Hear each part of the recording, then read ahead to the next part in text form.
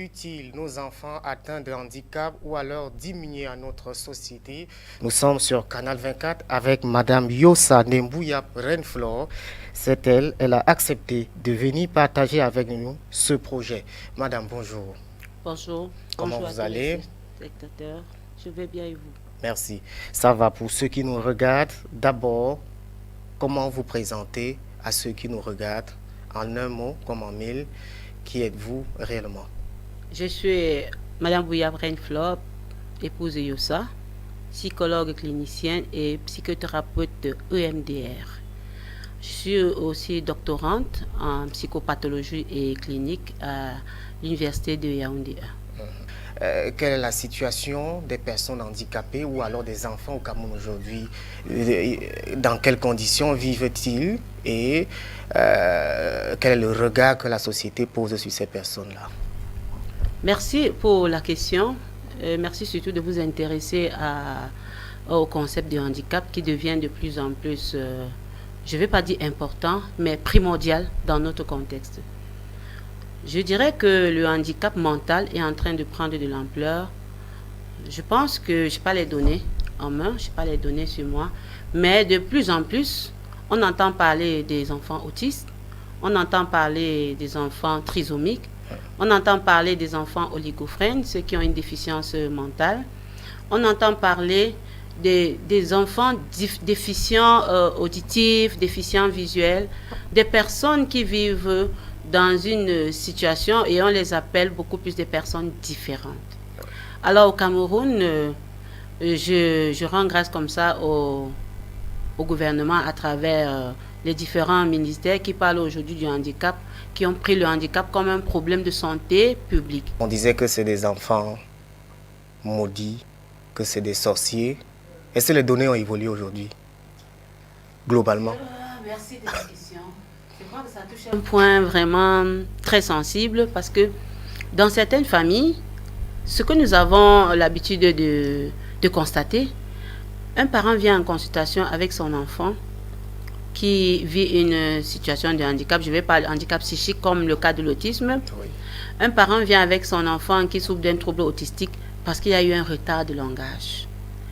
Et il ne se rend pas compte que cet enfant a d'autres troubles comme le trouble de la communication, comme le trouble de la socialisation et le trouble du comportement aussi. Oui. Et lorsqu'on évalue cet enfant et qu'on dit aux parents que cet enfant a des difficultés, il peut avoir un trouble ceci, il faut faire plus ample investigation en voyant tel expert, tel autre expert pour qu'on puisse avoir un diagnostic certain.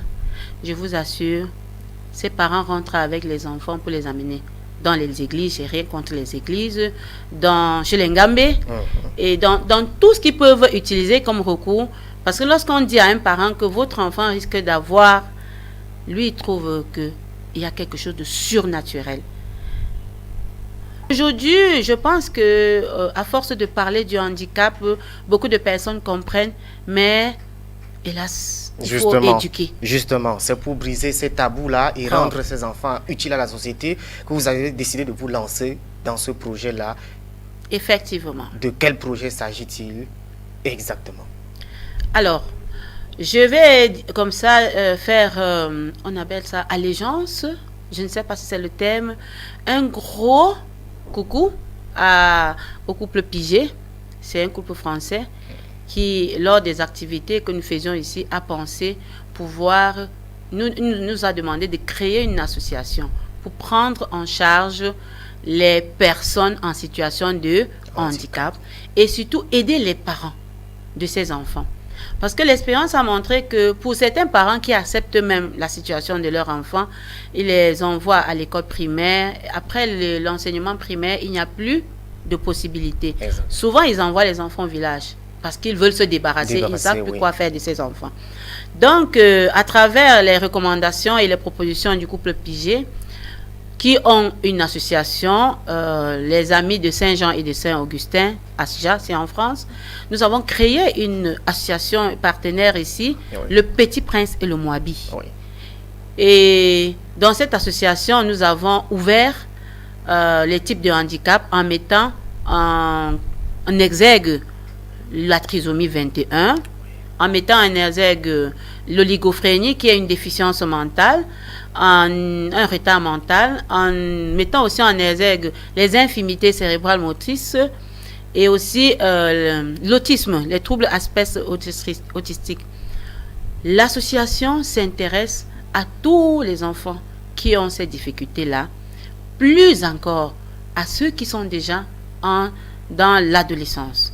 La phase dans laquelle nous sommes actuellement, c'est la formation des enfants en situation de handicap, tous ces handicaps que je venais de citer, avec peut-être un diplôme, une certification à la fin, parce qu'il y a des partenariats avec d'autres structures, et surtout la professionnalisation.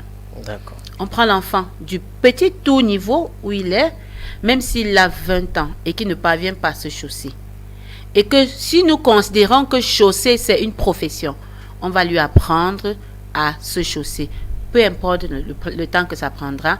Mais le jour où il va arriver à savoir détacher ses lacets, mettre sa chaussure et remettre ce lacet bien, on saura qu'on a gagné. Donc, avec les enfants trisomiques, on compte travailler sur la formation en ESF, tout ce qui touche le ménage. Porter, débarrasser la poubelle, balayer, nettoyer le sol, faire de la blanchisserie, trier les habits, repasser, faire même de la cuisine pour ceux qui sont passionnés de cuisine, faire de la peinture, art, sérigraphie pour ceux qui sont déjà un peu évolués et qui peuvent faire des dessins et tout.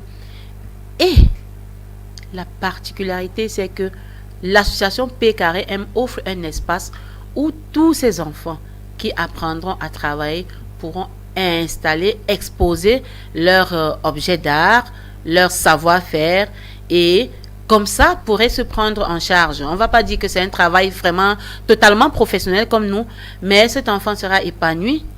Et le fait que d'autres personnes viennent assister à ce qu'ils font, viennent leur poser des questions, viennent voir ce qu'ils font, va permettre à ces enfants de contribuer à la société. Déjà, pour la formation, elle est gratuite pour les enfants. Pour le moment, ça c'est le premier contact que nous avons avec les médias pour pouvoir informer les parents de cette phase de l'association, du projet, des projets de l'association. L'association est basée en Colbison, aux environs de l'université catholique, et les formations vont commencer demain. Demain, on a un cours de langage de signes, dans lequel des personnes valides pourraient aussi participer. On aura aussi un cours de cuisine et un cours de art peinture pour apprendre à faire des portraits ou bien de la peinture sur toile. Donc, en Colbison, aux environs de l'université catholique, on va vous donner un contact pour ceux qui sont intéressés et ces parents qui ont des enfants en situation de handicap et qui ne savent pas comment aider ces enfants à pouvoir avoir une profession. P-M est là pour eux. D'accord. Sa capacité d'accueil, comment est-ce que vous allez faire si vous êtes saturé, si les enfants viennent en masse? Comment est-ce que vous allez procéder? Déjà que les formations, vous avez privilégié le week-end. Oui, nous avons privilégié le week-end parce que le nombre d'enfants que nous avons maintenant, ce sont des enfants scolarisés. Oui. Donc, si nous avons des enfants qui ne sont pas scolarisés, on devra travailler avec eux en semaine. Parce que nous avons des formateurs qui n'attendent que ça. Ce sont des gens qui ont appris à travailler avec la personne en situation de handicap. Et peu importe le nombre d'enfants qu'on aura pour le moment, on devrait s'arranger parce que c'est eux en fait qui nous intéressent. On voudrait faire des hommes épanouis demain. D'accord. Les autres aspects de l'association, vous ferez aussi dans quoi dans l'avenir? D'accord. Je préciserai aussi que pour qu'on puisse former un enfant, il faudrait que le parent soit membre de l'association P-M. C'est la seule condition.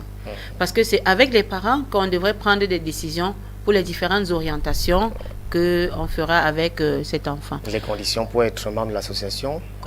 Juste s'inscrire à 5 000 francs et au courant d'une année, payer son droit de membre à 20 000.